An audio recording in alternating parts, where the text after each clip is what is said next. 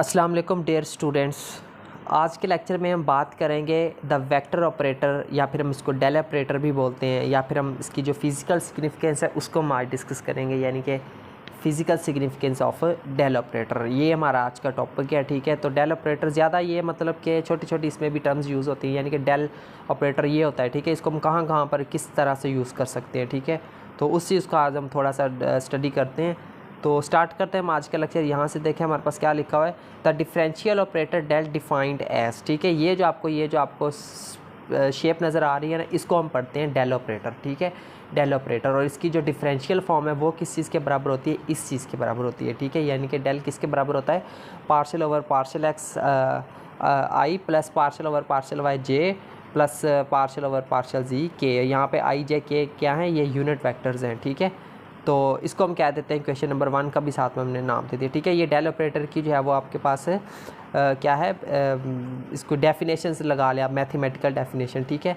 सो यहाँ पर मज़ीद देखिए क्या लिखा हुआ है, it can be applied to vector and also a scalar. ये जो डेल ऑपरेटर है ना हमारे पास, इसको हम वेक्टर क्वांटिटीज़ के ऊपर भी अप्लाई कर सकते हैं और स्केलर क्वांटिटीज़ के ऊपर भी अप्लाई कर सकते हैं, ठीक है।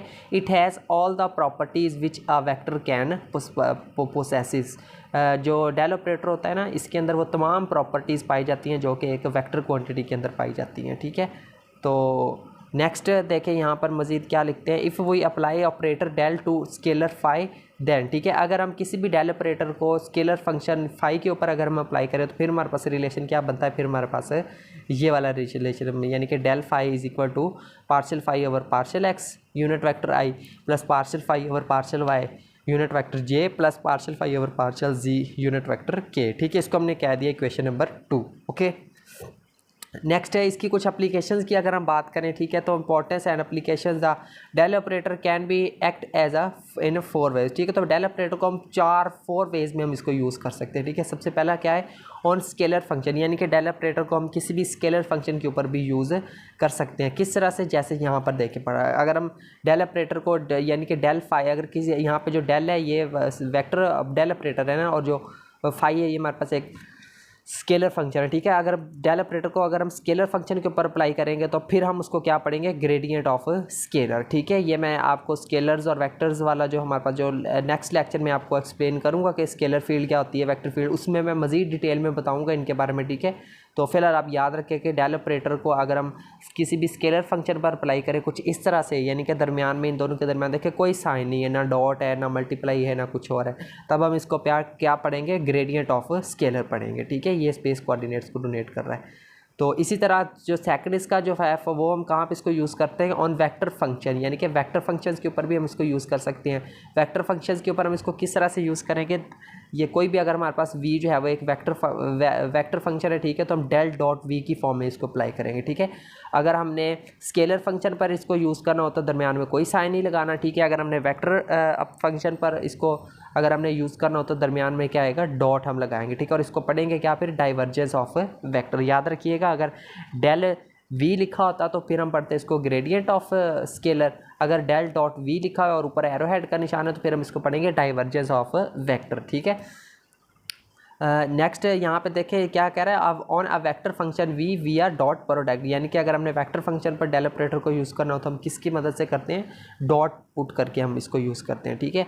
उसके बाद है हमारे पास ऑन कर्ल फंक्शन, यानी कि कर्ल फंक्शन के ऊपर भी हम इसको यूज़ कर सकते हैं। कर्ल के लिए हम क्या करते हैं, इसको डेल क्रॉस v लिखते हैं, ठीक है।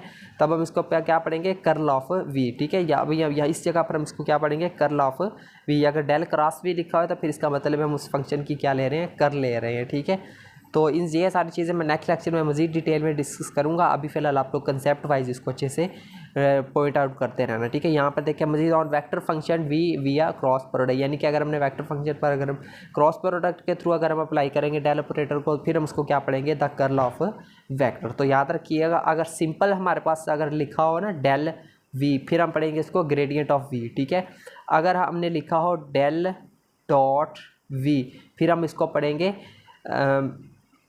डाइवर्जेंस ऑफ v, ठीक है। और इसी तरह से अगर हमारे पास लिखा हो डेल क्रॉस v, तो फिर हम इसको पढ़ते हैं कर्ल ऑफ v। ये ग्रेडियंट क्या है, कर्ल क्या है, या फिर डाइवर्जेंस क्या है, ये सारी चीज़ें हम नेक्स्ट लेक्चर्स के अंदर इनको हम डिटेल में डिस्कस करेंगे, ठीक है। ये सारी चीज़ें क्या होती हैं, तो फिलहाल बेसिक कंसेप्ट के लिए आप लोग इसको इतना याद रखेंगे, ठीक है।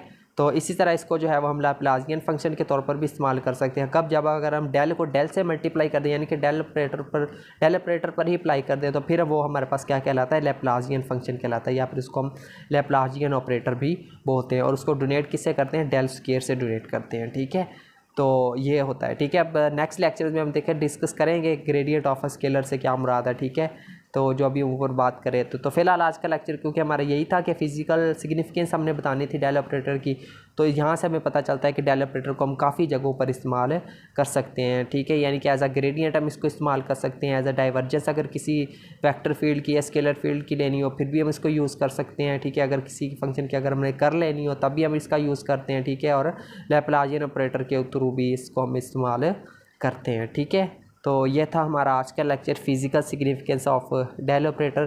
कोई लॉन्ग क्वेश्चंस वगैरह के लिए इंपॉर्टेंट नहीं है, बस ये है कि जो नेक्स्ट आने वाले क्वेश्चंस हैं ना उनके अंदर इसका काफ़ी ज़्यादा यूज़ होता है, तो बेसिक कंसेप्ट्स के लिए था, साथ में MCQs वगैरह भी इसके बन सकते हैं। ठीक है, तो यहाँ पे आप इनको नोट आउट कर सकते हैं बिल्कुल। ठीक है, स्टेप वाइज कैलकुलेशन की हुई है ईजी मेथड में। ठीक है, तो इतना ही काफ़ी है इसके लिए आप लोगों के पास, तो ये था। ठीक है, तो मिलते हैं नेक्स्ट लेक्चर में। नेक्स्ट लेक्चर में हम बात करेंगे स्केलर फील्ड और वेक्टर फील्ड की। ठीक है, स्केलर फील्ड क्या होती है, वेक्टर फील्ड क्या होती है, उसको डिस्कस करेंगे। ठीक है, तो मिलते हैं नेक्स्ट लेक्चर में, तब तक के लिए टेक केयर एंड अल्लाह हाफिज़।